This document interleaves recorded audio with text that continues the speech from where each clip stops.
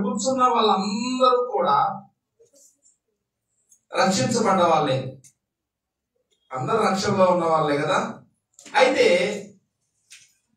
రక్షణ పొందిన తర్వాత ఒక విషయం, ఉదయ్ కుమార్ మొబైల్ ఇవ్వాలా, సైలెంట్ ఇచ్చారా? ఇవ్వలేదు, అందరు ఇచ్చేసారు. ఇచ్చారా? ఇచ్చినట్టేనా? Okay, sorry. అయితే రక్షించబడిన తర్వాత విశ్వాస జీవితంలో మనం తీసుకోవలసినటువంటి కొన్ని జాగ్రత్తలు ఈరోజు మనం తెలుసుకున్నాం. అర్థమైందా? అందరం చాలా మంది రక్షణ పొందండి అంటే రక్షణ పొందడానికి సిద్ధమైపోయి బాప్తిసం తీసుకొని చక్కగా చాలా మంది అందరూ కూడా ప్రభువుని రక్షకుడిగా అంగీకరించారు. బాగుంది, చాలా సంతోషం. యువకులైతే ఆ సమయంలో చాలా వేగంగా ఉన్నారు. అప్పుడు నాకు చాలా చాలా చాలా సంతోషం అనిపించింది ఆ సమయంలో. ఎందుకంటే నేను కూడా ఆ యవ్వన ప్రాయంలో మేము ఉన్నప్పుడు అప్పుడు ఒక ఇద్దరుగా ఉండేవాళ్ళం యవనస్తులం. ఆ టైంలో నేను రక్షణ పొందేటప్పుడు ఇద్దరమే ఉన్నాం. ఇప్పుడు ఈ జనరేషన్కి వచ్చేసరికి మీరు ఒక 5-6 కనపడేసరికి నాకు చాలా చాలా చాలా సంతోషంగా అనిపించింది. అయితే స్త్రీలు కూడా ప్రభువుని రక్షకుడుగా అంగీకరించడంలో మీరు కూడా త్వరపడ్డారు. రక్షకుడుగా అంగీకరించడానికి కొద్దిగా వెనకంజు వేసిన వాళ్ళు కూడా త్వరపడ్డారు. చాలా సంతోషం. అయితే చాలా జాగ్రత్తగా గమనించండి. విశ్వాస జీవితంలో రక్షించబడిన తర్వాత కొన్ని జాగ్రత్తలు మనం తీసుకోవాలి. అమ్మా, అంతేనా? జాగ్రత్తలు తీసుకోవాలి. బాగా ఉదాహరణ గమనించండి. అమ్మాయి వెళ్తుంది, యంగ్ గర్ల్ బయటికి వెళ్తుంది.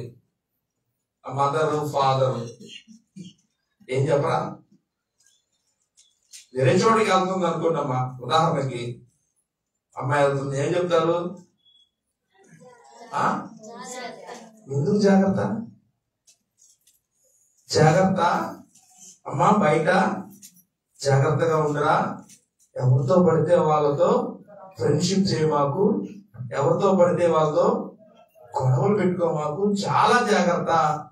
ఎస్పెషల్లీ నువ్వు ఆడపిల్లవరా, నువ్వు చాలా జాగ్రత్తగా ఉండాలని మదరు ఫాదరు ఎక్కువగా చెబుతారు. మదర్ ఇంకొంచెం ఎక్కువగా చెప్పింది జాగ్రత్త. మరి పురుషులు చెప్పరా? చెప్పరా? నిజం చెప్పండి. చెప్తారా? చెప్పరా? నేనే వాక్యం ఏం చెప్పట్లేదు ఈరోజు. వాక్యం కాదు ఇది. చెప్పాలి. మరి మీరు నాకు చెప్పాలి. మీరు బయటికి వెళ్ళారు అనుకోండి, లేకపోతే వేరే చోట చదువుకోవడానికి వెళ్ళారు. విజయ్ వెళ్ళాడయా, మీ అమ్మ, మీ నాన్న, మీ అన్న ఇదేం చెప్పలేదా? ఏం చెప్పారు? జాగ్రత్తగా, ఇంకంతే, జాగ్రత్తగా చదువుకో, ఇంకేం చెప్పలా. అంతేనా? సరే సరే. అయితే బాగా గమనించాల్సిన విషయం ఏమిటంటే, ఎందుకు జాగ్రత్త అనే మాట మాట్లాడారు? మీరు చెప్పండి. జాగ్రత్త అనే మాట ఎందుకు వాడారు?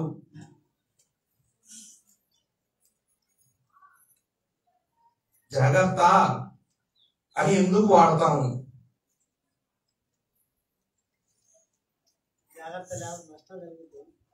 ఎందుకు? జాగ్రత్త లేకపోతే ఏం జరిగింది? నష్టం జరిగింది. అంతేనా? అంతకుమించి ఏమన్నా చెప్పండి అక్క. ఏదో కొంచెం తెలియగలదానికి కొంచెం మాకు చెబితే మాకు అర్థమైంది. నువ్వు మనసులో దాచిపెట్టుకుంటే మాకు అర్థం కాదు. చెప్పాలా? ఎందుకు జాగ్రత్త అనే మాటని మనం వాడతాం? యవనస్తులు తప్పక తొట్టిల్లుదురు. ఓకే. అయితే ఇది యవనస్తులు ఉద్దేశించి నేను మాట్లాడుతుంది కాదు. ఇది నేను ఓన్లీ యవనస్తులే నేను మాట్లాడలా, నేను అందరిని ఉద్దేశించి మాట్లాడుతా ఉన్నా. రక్షణ పొందినటువంటి ప్రతి విశ్వాసి తీసుకోవలసినటువంటి జాగ్రత్తల గురించి నేను మాట్లాడతాను. అర్థమైందా? రక్షణ పొందాం, అయిపోయింది. ఇంక నెక్స్ట్ ఏం చేయాలి మనందరం? ఏమన్నా అందరూ బాప్తిసం తీసుకొని వాళ్ళు ఎవరు చేతులు ఎత్తండి. రక్షణ పొందలేదు, నేను ఇంకా రక్షకుడిని అంగీకరించలేదు అన్న వాళ్ళు ఎవరన్నారు? పర్లేదు, ఏం పర్వాలేదు. ఓకే, ఈసారి మీరు కూడా తీసుకును గాక, రక్షకుడిని అంగీకరించును గాక. ఈ 3 చేతులు కూడా ఉండడానికి లేదు, ఈ 3 చేతులు కూడా ఎత్తడానికి లేదు. త్వరలోనే దేవుడు మీ జీవితంలో ఆ కార్యం చేయును గాక, చేస్తాడు దేవుడు. సరే, అయితే బాగా గమనించండి, రక్షణ పొందిన తర్వాత విశ్వాస జీవితంలో మనం జాగ్రత్తలు కనుక తీసుకోకపోతే నష్టపోతాం. అర్థమైందా? అయితే ఈ మొబైల్ నా కాడ పెట్టుకున్నాను, మీరేం అనుకోవద్దు, మీ అందరికి తీసుకున్నానని మీరు మనసులో నన్ను కోపగించుకోవద్దు, దయచేసి క్షమించండి. మన అందరి కోసమే. నేను కూడా దీన్ని ఫ్లైట్ మోడ్ లోనే పెట్టేశాను, నాకు కూడా ఏం కాల్స్ ఏమి రావు. అయితే నేను ఉదాహరణకి మీకు చెప్పడానికి మాత్రమే దీన్ని ఇక్కడ పెట్టుకున్నాను.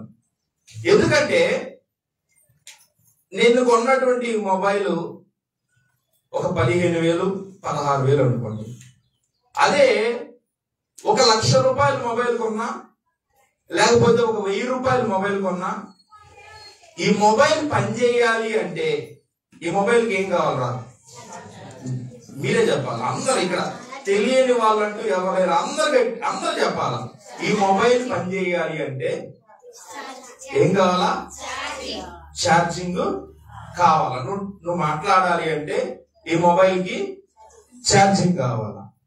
అయితే చాలా జాగ్రత్తగా మీరు గమనించినట్లయితే రక్షణ పొందినటువంటి విశ్వాస జీవితంలో ప్రార్థన అనేది ఒక ఛార్జింగ్ లాంటిది అని ఉదాహరణగా నేను మీకు చెప్తా ఉన్నాను. అవునంటారా కాదంటారా? ఏమంటే నేను 1,00,000 రూపాయలు ఫోన్ కొనుక్కున్నాను, దీనికి నేను ఛార్జింగ్ పెట్టుకోలేదు అనుకో, ఇది నాకు ఉపయోగపడిద్దా? ఉపయోగపడదు. దీన్ని నేను ఏ ఫ్యూచర్స్, ఎవరు కాల్ చేయలేను, ఎవరితో మాట్లాడలేను, ఏ సంభాషణ నేను చేయలేను. ఎందుకంటే దీనికి ఛార్జింగ్ అనేది చాలా చాలా అవసరం, ఉంటేనే ఇది ఉపయోగపడుతుంది. అయితే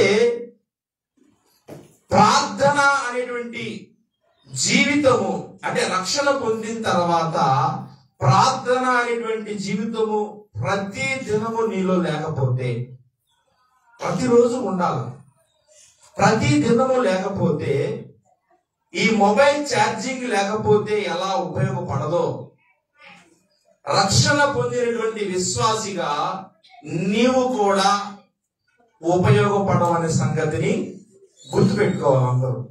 ఎందుకంటే చాలా మంది ఏం చేస్తారంటే, నేను రక్షణ పొందాను, అయిపోయింది, సరిపోయిందిలే అనుకుంటారు.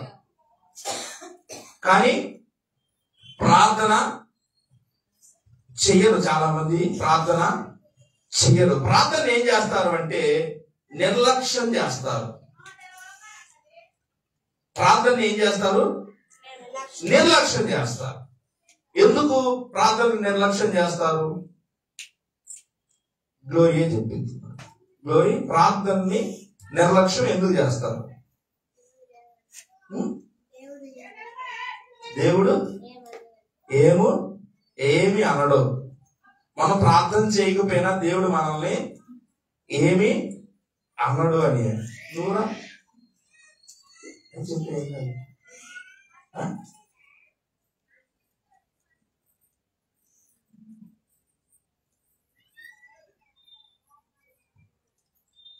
నెక్స్ట్ దివ్య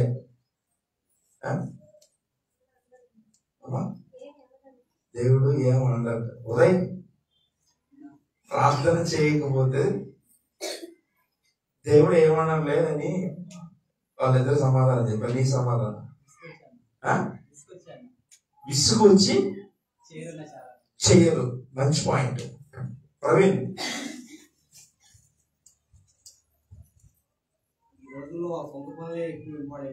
సొంత పనులే ఎక్కువ ఇంపార్టెంట్ గా ఫీల్ అయిపోతారు, ప్రార్థనకి సమయం ఇవ్వరు.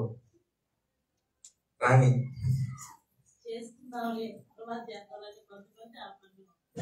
ఇంట్లో పనులు పడి ప్రార్థన చేసుకుందాంలే అని మరి నిర్లక్ష్యం అయిపోతారు.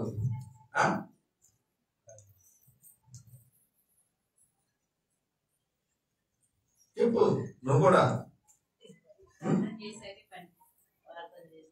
ప్రార్థన లేయంగానే ప్రార్థనే చేయాలి. మరి చేస్తున్నావా? అయితే ఇక్కడ మనం ఏంటంటే ప్రార్థన చేయకుండా ఏమని చెప్పింది, ఏం చెప్పిందంటే యేసయ్య ఏమనలే ప్రార్థన చేయకపోయినా ఏం కాదులే అని అనుకుంటావు. నువ్వేమనుకుంటున్నావు? ఆసుపత్రికి పోవాల్సి వస్తుంది, భయం ఉంది. సరే, జాగ్రత్తగా గమనించినట్లయితే ప్రార్థనా జీవితం కనుక మనలో లేకపోతే, ఇంకొక ఉదాహరణ చెప్పి ప్రార్థన జీవితం గురించి నేను చెప్పబోతా ఉన్నాను. ఏమంటే మీరందరూ శ్వాస పీలుస్తున్నారుగా, సార్ ముక్కాడేలు పెట్టుకున్నాను. ఆక్సిజన్ అందుతుందా మీ అందరికి? ఈ ఆక్సిజన్ మీ బాడీలో మీకు అందబట్టే మీరు ఊపిరి పీల్చుకొని బ్రతకగలుగుతున్నారు. అదే మీకు ఆక్సిజన్ లేకపోతే ఏ వ్యక్తి అయినా చూడండి, చనిపోయాడు అనగానే ముక్కుకాడ పెట్టి చూస్తారు, లేకపోతే ఈ చేతికి పల్స్ పట్టుకొని చూస్తారు. ఇది అనకపోతే ఇక్కడ కెరోటిడ్ పల్స్ అని ఇక్కడ ఒకటి ఉంటాయి, ఇక్కడ బ్రెయిన్ కి లేదు, ఇక్కడ టకటక అని ఇక్కడ ఎలా కొట్టుకుంటాయి, ఇక్కడ కూడా అలానే కొట్టుకుంటాయి.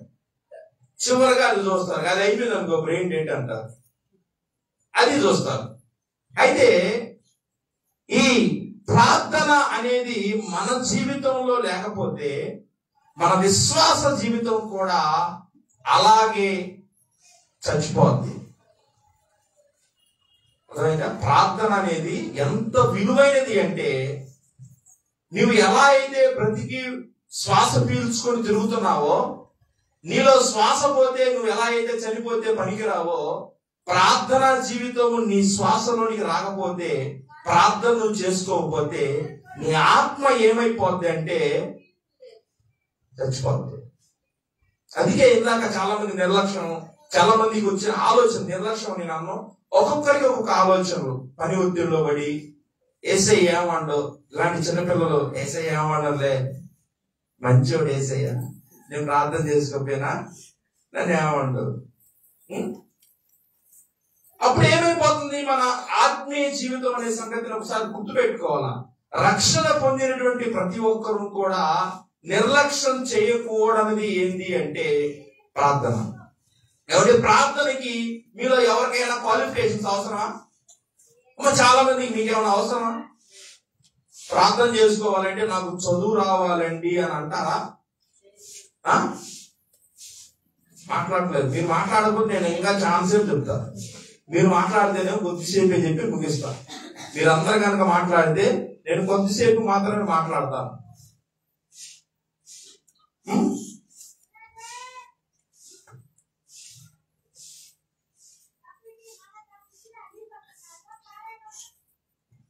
అలా చెప్పు. ప్రార్థన చేసుకోకపోతే ఏమైంది?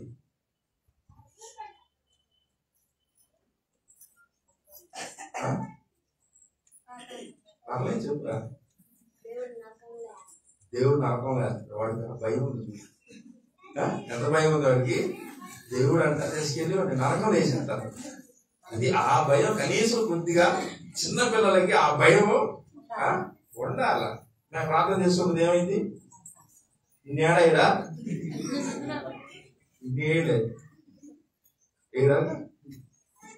సరే. అయితే చాలా జాగ్రత్తగా గమనించినట్లయితే మనందరం కూడా రక్షణ పొందిన తర్వాత ప్రార్థన మాత్రం నిర్లక్ష్యం చేయకూడదు. ఇది జాగ్రత్త నేను చెప్పేది మీ అందరికి. వాక్యం చెప్పట్లా, ఎవరికి నేను వాక్యం గురించి నేను మాట్లాడలా. విశ్వాస జీవితంలో రక్షణ పొందిన తర్వాత మనందరం కూడా తీసుకోవలసినటువంటి జాగ్రత్తలు. రక్షణ పొందేవాళ్ళే అయిపోయిందిలే అనుకుని ఇంకా మీరు అలా ఉండొద్దు. మీరు జాగ్రత్త కలిగి ఉండాలి. మొదటగా ప్రతి ఒక్కరి జీవితంలో ఏం కావాలి? ప్రార్థన. అర్థమైందా? ప్రార్థన అనేది చాలా అవసరమైనది ప్రతి ఒక్కరికి కూడా. సరే, ప్రార్థన చేసుకుంటే కలిగేటువంటి లాభాలేంటి, ప్రార్థన చేసుకోకపోతే కలిగేటువంటి నష్టాలేంటి మీరే చెప్తారు. ఓకేనా? మీరు లాభాలు చెప్పండి, మీరు నష్టాలు చెప్తారు. సరేనా? నేను ప్రార్థన చేసుకున్నాను, కలిగే లాభాలు ఏంటి? రామలక్ష్మణ ఆంటీ ప్రార్థన చేసుకున్నాం, డైలీ ప్రార్థన చేస్తుంది పాపం.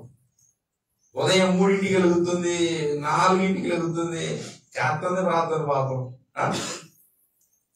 ప్రార్థన చేసుకుంటే కలిగే లాభాలేంటి? ప్రార్థన చేసుకోకపోతే కలిగే నష్టాలేంటి?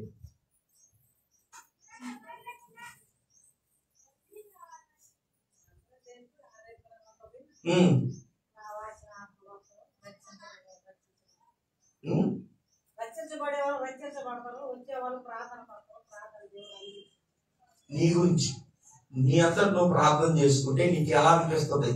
రోజు ప్రార్థనలో ఉంటే నీకు ఏమనిపిస్తుంది? 1 గంట ప్రార్థన చేసుకుంటా, 1 గంట ప్రార్థన చేసుకుని కాసేపు బైబిల్ చదువుకోండి మీ దినచర్యలో. అలా మీరు 1 వారం, 1 నెల, 15 రోజులు మీరు చెక్ చేసి చూడండి. మీ ముఖం తేజస్సుగా ఉంటది, మీ లోపల ఎలాంటి బాధలు ఉండవు, చక్కగా సంతోషంగా ఉంటారు, చక్కగా ఆరోగ్యంగా ఉంటారు. అర్థమైందా? ప్రార్థన వల్ల కలిగే లాభాలు ఏంటంటే నీకు ఆరోగ్యం ఉంటది, సంతోషం ఉంటది, అలాగే నీ ఆత్మకి అభివృద్ధి కూడా ఉంటది. అర్థమైందా? నీ ఆత్మని రోజు నువ్వు అభివృద్ధి చేసుకోవాలి అంటే ఉదయకాలమని లేచి నువ్వు ప్రార్థన చేసుకుంటే, ప్రతిరోజు కూడా నువ్వు ప్రార్థనలో గడిపితే ఆరోగ్యము, ఆనందము, సంతోషము.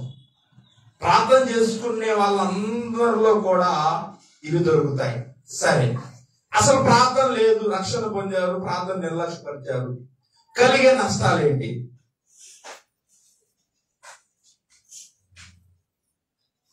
ప్రార్థన లేదు, రక్షణ పొందావు, ప్రార్థన చేసుకోవట్లా, నీకు కలిగే నష్టాలేంటి? ప్రాబ్లమ్స్ వస్తూ ఉంటాయి. ఉదయం లోన్లీనెస్, యాక్టివ్గా ఉండలేడు, అభివృద్ధి అనేది ఉండదు. ప్రవీణ్,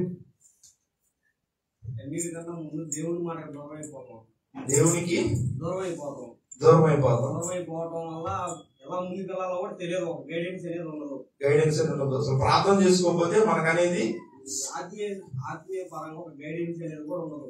ఆ నష్టం అనేది వస్తుంది. నెక్స్ట్, ప్రార్థన చేసుకోకపోతే కలిగే నష్టం ఏంటి? నీకేమనిపిస్తుంది? చేసుకోకపోతే ఏ నష్టం వచ్చింది? నీకేమనిపిస్తే అని చెప్పు. చేసుకోవాలి. చేసుకోకపోతే కలిగే నష్టం ఏంటి? ఇప్పుడు ఇందాక చెప్పానా, ఉదయాన్నే లేచి ప్రార్థన చేస్తే ఆరోగ్యం, సంతోషం, సమాధానం, హ్యాపీగా ఉంటది. దేవుడు ఉదయకాలమున మనం చేయాల్సిన పనులన్నింటినీ కూడా మన ప్రార్థనలో పెడితే అవన్నీ సక్సెస్ సాధిస్తాం. అదే నువ్వు ప్రార్థన చేసుకోకపోతే, నీలో ప్రార్థనా జీవితం లేకపోతే అన్ని నష్టాలు వస్తాయి, హెల్త్ పోద్ది. గుర్తుపెట్టుకోండి, నేను చెప్తున్నా. ప్రార్థన లేకపోతే నేను చెప్పేది ఏంటంటే హెల్త్ కొలాప్స్ అయిపోద్ది, నీకు మనసు స్థిమితం ఉండదు, నిలకడత్వం ఉండదు, నువ్వు చేసే పనిలో నీకు సహాయం దొరకదు, చేసే పనిలో నీకు సహాయం దొరకదు, నీలో అభివృద్ధి అనేది ఉండదు. ఏమంటే, మొక్కకి నువ్వు రోజు నీళ్లు పోస్తేనే అది పెరిగి పెద్దదై పచ్చగా కాయలు కాసి ఫలం ఎలా అయితే వస్తుందో, ప్రార్థనా జీవితం ప్రతిరోజు నీలో పడితేనే, పడకపోతే నువ్వు ఎండిపోతావు. ఎండిపోతే ఏమైపోద్ది? ప్రార్థన లేదు లేదు లేదు, ఎండిపోయింది చెట్టు. ఏం చేస్తారు? మత్తయి సువార్తలో ఏం రాయబడింది? ఇప్పుడే గొడ్డలి చెట్టు వేరున ఉంచబడింది, పనికి రాని ప్రతి చెట్టు నరికి చెప్పాలి. ప్రార్థన ప్రార్థనని నిర్లక్ష్యపరిస్తే ఏం జరిగింది? ఏమొస్తాయి? అందరూ చెప్పండి. ప్రార్థనని నిర్లక్ష్యపరిస్తే ఏం జరిగింది? ఒక్కొక్కరికి ఒక్కో నష్టం. నాకు వచ్చే నష్టం నాకు వస్తుంది, నీకు వచ్చే నష్టం నీకు వస్తుంది. అర్థమైందా? నువ్వు ప్రతిరోజు కూడా ప్రార్థన చేస్తే నీకు కలిగే లాభాలేంటి? ఆరోగ్యం, సంతోషం, సమాధానం.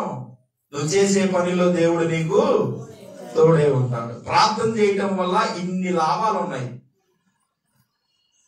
అయితే రక్షణ పొందిన తర్వాత చాలా మంది మన వాళ్ళు చాలా మంది ఇంకో దాన్ని నిర్లక్ష్యం ఎక్కువగా చేస్తారు. ఏంటో తెలుసా?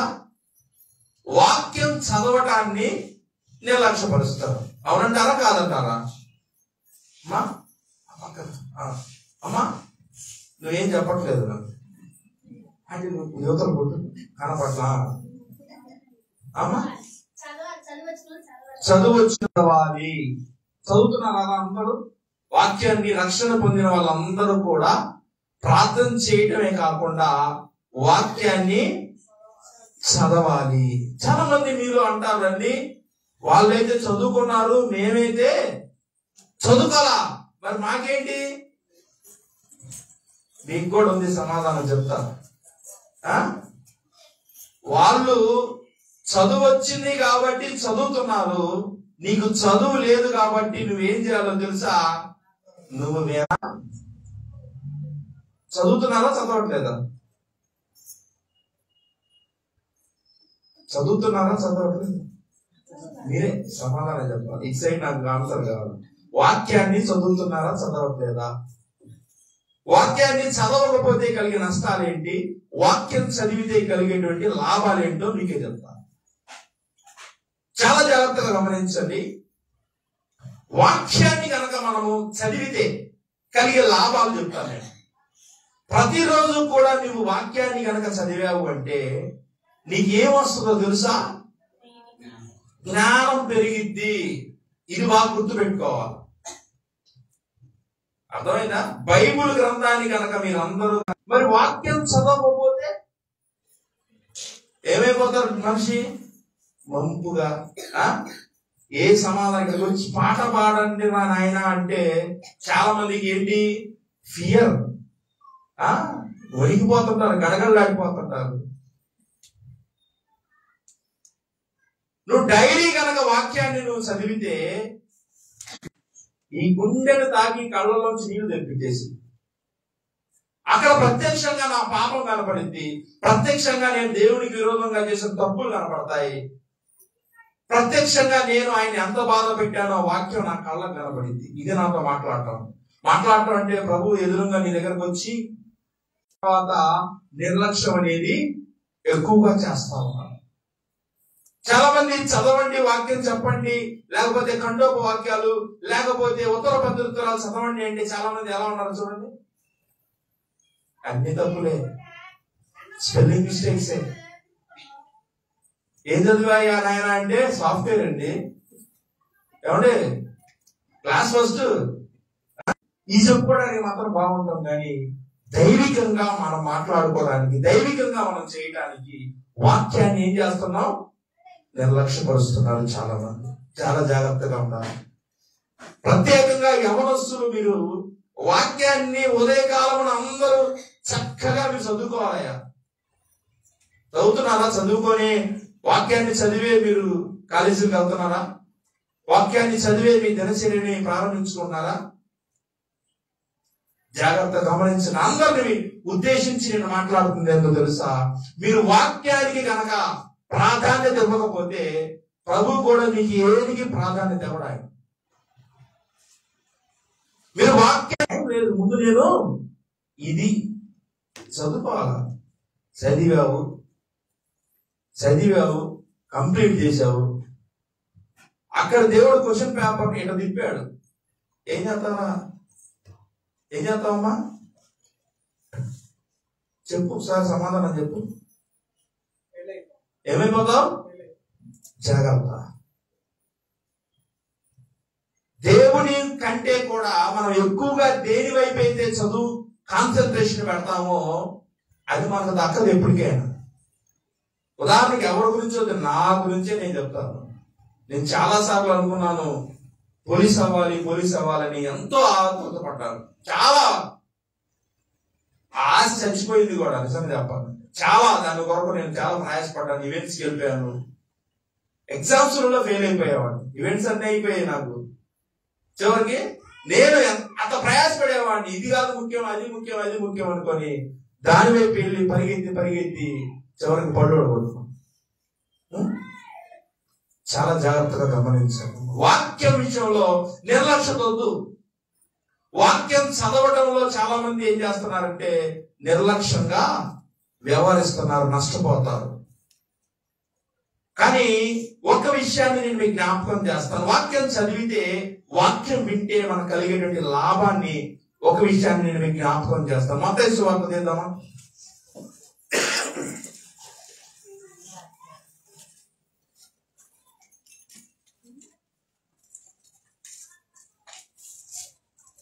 మత్తయి సువార్త 4వ అధ్యాయము వాక్యంలో ఏం రాయబడిందో చూద్దాం. 4వ అధ్యాయము 10వ వచనం. అందరు తీశారా? అందరు తీయాలా?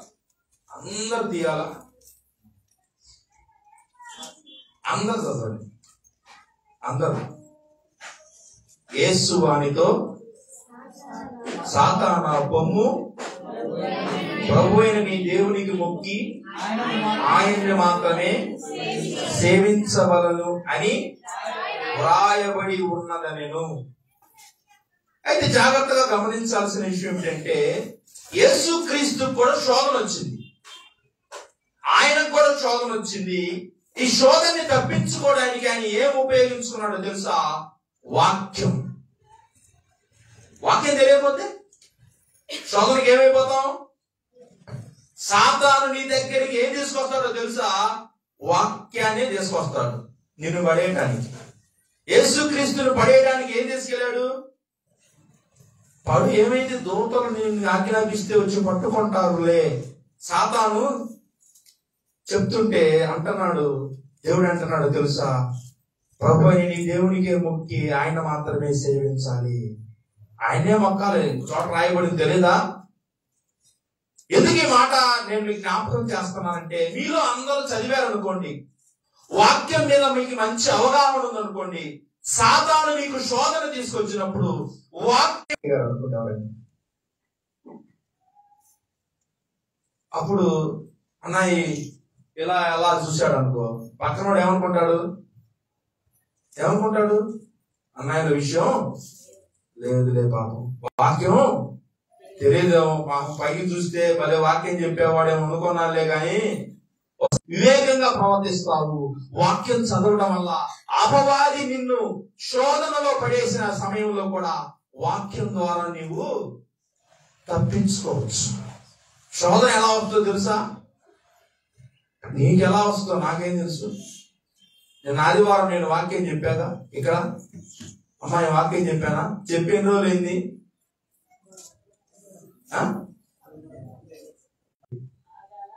రావాలా ఆగాల? ఏందండి అన్నాలో లేదో జరిగిపోయిందండి. నిజం, అన్నాలో లేదో జరిగిపోయింది. అది వచ్చారు, ఆల్రెడీ ఉన్నారు, ఏం చేయాలో అర్థం కాలేదు అనుకున్నారా? ఎవరు ఎక్కువ? నాకు దేవుడే ఎక్కువ. ఎందుకంటే నన్ను బ్రతికిస్తుంది దేవుడు, నన్ను రక్షిస్తుంది దేవుడు, నన్ను కాపాడుతుంది దేవుడు, నాకు కావలసిన అందిస్తుంది దేవుడు, నా అవసరాలు తీరుస్తుంది దేవుడు, నన్ను మీ మధ్య నిలబెట్టి మాట్లాడుకుంటుంది దేవుడు.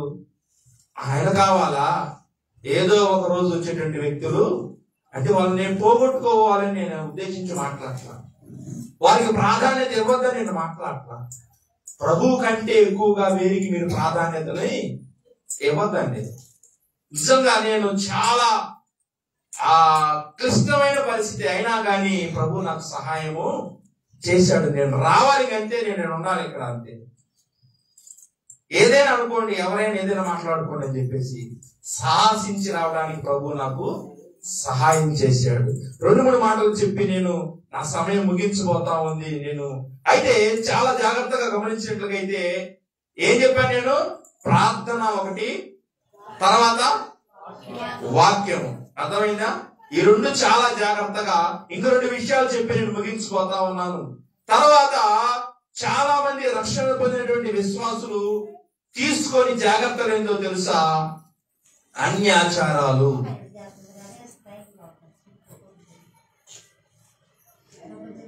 జాగ్రత్తగా గమనించండి. అన్య ఆచారాల విషయంలో చాలా మంది ఏమైపోతారు అంటే తప్పిపోతున్నారు. రక్షణ పొందిన వాళ్ళే, నేను వేరే వారి గురించి నేను మాట్లాడట్లేదు. ఈ విషయంలో మనందరం కూడా చాలా జాగ్రత్తగా ఉండాలి. ఉండకపోతే ఏమైంది అమ్మా? జాగ్రత్తగా ఉండకపోతే ఏమైంది? ఇందాక నేను చెప్పాడు మలేషియా, ఏమైంది? నష్టపోతావు. ఏం నష్టపోద్ది? నీ విశ్వాస జీవితం నష్టపోద్ది. ఎందుకు ఆ విషయంలో జాగ్రత్తగా ఉండాలి? చూసారా, చాలా మంది ప్రార్థనే అన్ని ఆచారాలే. ప్రార్థనకు వెళ్ళేవాళ్ళు. నిజంగా నేను ఈరోజు మీరు చాలా మందిని కనుక మీరు చూడండి, ప్రార్థనకు వెళ్ళే క్రైస్తవులు ఆలోచించినట్లుగా అన్యులు కూడా ఆలోచించట్లా. ఏ రోజు అంటే ఈరోజు శుక్రవారం అంట. డబ్బులు ఇవ్వ అంటే ఈరోజు శుక్రవారం అండి, ఈరోజు మంగళవారం అండి, ఈరోజు డబ్బులు ఇవ్వండి.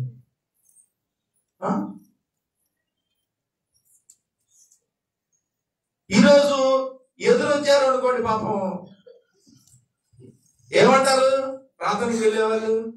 చీచి, నేనేదో బయటికి వెళ్తుంటే ఎవరో ఎదురొచ్చారు.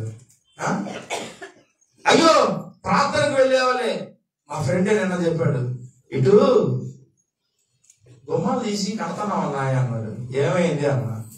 రోడ్డుకి కొద్ది కింద ఉన్నాడు ఇల్లు, కొద్దిగా హైట్ లేపి వాస్తు ప్రకారం గుమ్మాలు పెట్టి కట్టాలంట. పొద్దున్న రాత్రి చెప్పారు. నువ్వు ప్రార్థనకు వెళ్ళేవాడేనా? చూడండి, ప్రార్థనకు వెళ్ళే వాళ్ళే ఈ అన్ని ఆచారాలు ఎక్కువైపోతా ఉన్నాయి. ఇవన్నీ మనం పట్టించుకోవాలా? ఎందుకు ఈ విశ్వాస జీవితంలో వీటిని ఎక్కువగా మనము త్రొట్టిల్లిపోతా ఉన్నాం? ఎందుకు జాగ్రత్త పడలేకపోతా ఉన్నాం? చాలా జాగ్రత్త గమనించండి. కారణం ఏంటి? ప్రార్థన లేకపోవటం, వాక్యం చదవకపోవటం, వాక్యంలో ఉన్న లోతు తెలియకపోవటం. అర్థమైందా? వాక్యం చదవకపోవటం, వాక్యంలో ఉన్న లోతు ఏందో తెలుసుకోవట్లా చాలా మంది ఏందో తెలుసా? ప్రార్థనకి వెళ్తున్నారులే కానీ ఇలాంటి వాటి సమయం వచ్చే సమయంలో ఎవరి మాట వినాలో అర్థం కావట్లా. పాపం వాళ్ళకి ఇటు బంధువుల మాట వినాలా, ఇటు పాస్టర్ గారి మాట వినాలా? ఎవరి మాట వినాలమ్మా? నిజంగా పాస్టర్ గారి మాట వింటున్నారు అందరూ? వింటారా? పాస్టర్ గారు ఎంతవరకు చర్చిలో వరకే, ఆయన గుమ్మం దాటితే వింటారా? అబ్బో, బాగా వింటారే. ఒక పెళ్లిలో చూడాలా, ఒక సావులో చూడాలా, ఒక ఫంక్షన్ లో చూడాలా.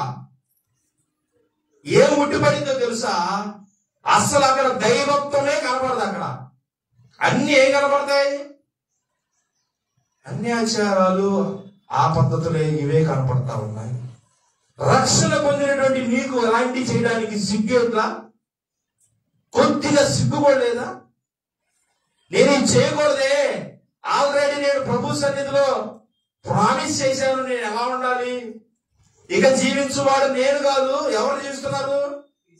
క్రీస్తు నాలో ఉన్నాడు అనుకొని అనగానే క్షమించేస్తాడులే. ఇశ్రాయేలు ప్రజలు దేవుడి వాక్యానికి విరోధంగా తప్పు చేసినప్పుడు ఏం చేశాడు చూశాడా? పానీలేని పీల్చి పిప్పి చేసి పడేశాడు పక్కన. ఆఫ్టర్ ఆల్ నువ్వు నేనంతా రక్షణ పొందినటువంటి విశ్వాసి నువ్వు ఈ విషయంలో చాలా జాగ్రత్తగా ఉండాలి. ఇది వాక్యానికి విరోధమైందా, కరెక్ట్ అయిందా కాదా తెలిసి కూడా చేస్తున్నారు. జాగ్రత్త, నీ ఆత్మ పాడైపోద్ది, చచ్చిపోద్ది నీ ఆత్మ. ఇంకా దానికే అలవాటు అయిపోతున్నారు. దానికే ఏం కాదులేండి, ఏం చూడదులేండి, నాకు నేను చేయను, నేను రాను, ఇలాంటి విషయాల్లో నన్ను మీరెవరు ప్రోత్సహించవద్దు. మీరు ప్రోత్సహించారా మీ పరువే పోతుంది. నా పరువు 10 మందిలో చెబుతాను నేను చెయ్యను అని. తర్వాత మీరే ఇబ్బంది పడతారు అనగానే సైలెంట్ గా వాళ్ళు మూసుకున్నాను. ఎందుకు నేను చెప్తున్నానంటే, ఇలాంటి విషయాల్లో జాగ్రత్తగా ఉండకపోతే ప్రభు మన విషయంలో ఏడుస్తాడు, ఆయన బాధపడతాడు, ఆయన కన్నీళ్లు కాలుస్తాడు మన పట్ల, దుఃఖపడతాడు ఆయన. అరే ఈ ఆచారాల విషయంలో ఎందుకు చాలా మంది నలిగిపోతున్నారు? ఇటు అటు అటు ఇటు ఇటు ఎవరి ఇటు అటు నలిగిపోతా ఉన్నారు. ప్రభువే మనకు ముఖ్యం, గుర్తుపెట్టుకోండి. దేవుడే మనకు ముఖ్యం, గుర్తుపెట్టుకోండి. ఈ ఆచారాల విషయంలో మీరు అటా ఉన్నారా, అటే ఉండిపో, అటే ఉండి చూడు. అలానే ఉండి నీకు నచ్చినట్లుగా ఆ విధంగానే ఉండి చెయ్యి. ఇలానే ఉండు, ఈ విధంగా ఉండి చూడు. షడ్రక్ మేషక్ అబేద్నెగోలు ప్రమిదను నిలబెట్టి మొక్కు. లేకపోతే ఏడేస్తున్నారు, ఎక్కడేస్తున్నారు? మా అందరూ తెలిసి ఏడేస్తున్నారు, గట్టిగా ఏడేస్తున్నారు, అగ్ని గుండంలో వేస్తున్నారు. వేసుకోపోండి, పొడి వేసుకోపోండి అన్నారు. చచ్చిపోతాం అవసరం అయితే. లేదు మేము భూమి మీద ఉండాలని దేవుడు అనుకుంటే ఉంచుతాడు మమ్మల్ని, లేకపోతే మేము చచ్చిపోతాం అని వేసే అమ్మటే పాపం. అరే అరే నా బిడ్డలు వచ్చేసారా. నా ప్రియమైన దేవుని సంఘస్థులారా, మీ అందరినీ వినయంగా బ్రతిలాడుతున్నాను. మీ అందరినీ బ్రతిలాడుతున్నాను. అన్ని ఆచారాల విషయంలో బీ కేర్ఫుల్, జాగ్రత్తగా ఉండండి.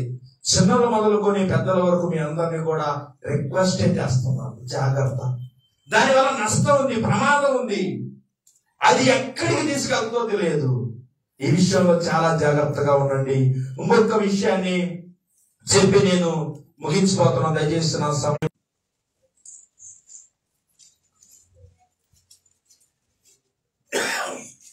నిబ్బరమైన బుద్ధి గలవారై, పేజీ నంబర్ 217 పేజీ. అందరూ తీసారా? అందరూ చూడండి. అక్కడ అందరూ మీ ఫింగర్ పెట్టి చూడండి. అందరూ లౌడ్ గా చదివితే, ఎందుకంటే చదువు రాని వారు వింటారని. అందుకే నేను అందరినీ స్పష్టంగా చదవమంటాను. అందరూ చదవండి అమ్మా, అందరూ చదవాలి. చదువు వచ్చిన అందరూ కూడా చదవండి. నీ బైబిల్లో ఏముందో చూడు. నేను చెప్పేది కాకుండా నీకున్న బైబిల్లో ఏం రాయబడిందో చూడండి. నిబ్బరమైన బుద్ధి గలవారై, నిబ్బరమైన బుద్ధి గలవారై మెలకుగా ఉండుడి. మీ విరోధి అపవాది గర్జించు సింహం వలె తిరుగుతున్నాడు. నిన్ను ఎక్కడ పడేయాలా, నిన్ను ఎక్కడ పాడు చేయాలా, విశ్వాస జీవితం నుంచి నిన్ను ఎక్కడ తప్పించాలా, అసలు ఈ భూమి మీద నుంచి నిన్ను ఎక్కడ పెట్టాలా అని వాడు సింహంలాగా తిరుగుతున్నాడు.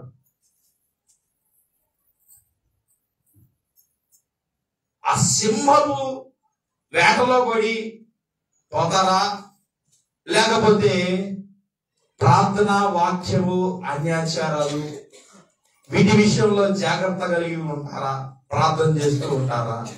ఉంటేనేమో ఎక్కడికి వెళ్తారు? వెళ్తారుగా. ఐదువారం అదేగా చెప్పి పశువులుగా మారిద్దామా? ఒకసారి వెలిగించబడిన వారిని ఆర్పేస్తే వాళ్ళు ఎలాగడు బాగా ఎదుగుతున్నాడు. ప్రవీణ్ ఎదిగాడు అనుకోండి, బాగా ఎదుగుతున్నాడు విశ్వాస జీవితంలో. ఒక్కసారి ఆయన ఆర్పేసామనుకో, వెలిగించబడటం అసాధ్యం. సాతాను అలా ప్రయత్నం చేస్తాడు, పాడు చేసి, నాశనం చేసి, మనమందరినీ దేవుని వాక్యానికి విరోధంగా చేసేటప్పుడు